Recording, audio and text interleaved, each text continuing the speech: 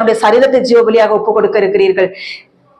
ஆவியாத்மா சரீரத்தை ஆண்டவர் கொடுக்க மாட்டாங்க. கேட்டா எங்க ஆண்டவர் இருதயத்தை தான் பாக்குறாரு. ஆண்டவர் இருதயத்தை தான் பாக்குறாரு. எதை தெரியுமா சொல்லுவாங்க? நான் அந்த வசனத்தை எடுக்கிறேன். அந்த அந்த அந்த வசனத்தை சுட்டி காட்டுவாங்க. கர்த்தர் இருதயத்தை தான் பாக்குறாரு. கர்த்தர் சரீரத்தை எல்லாம் பார்க்கல. அதனால சரீரத்துல எப்படி வேணாலும் இப்ப ஊழியக்காரர்கள் போதிக்க வந்துட்டாங்க. டிஷர்ட்டு லெகின்ஸ் எல்லாம் போடலாம், ஜீன்ஸ் பேண்ட் போடலாம் லேடிஸ், அதுல எல்லாம் ஒன்றும் தப்பு கிடையாது. இல்ல ஒரே ஒரு பரிசுத்தவான் சொன்ன காரியம் எனக்கு ரொம்ப தொடப்பட்டுச்சு.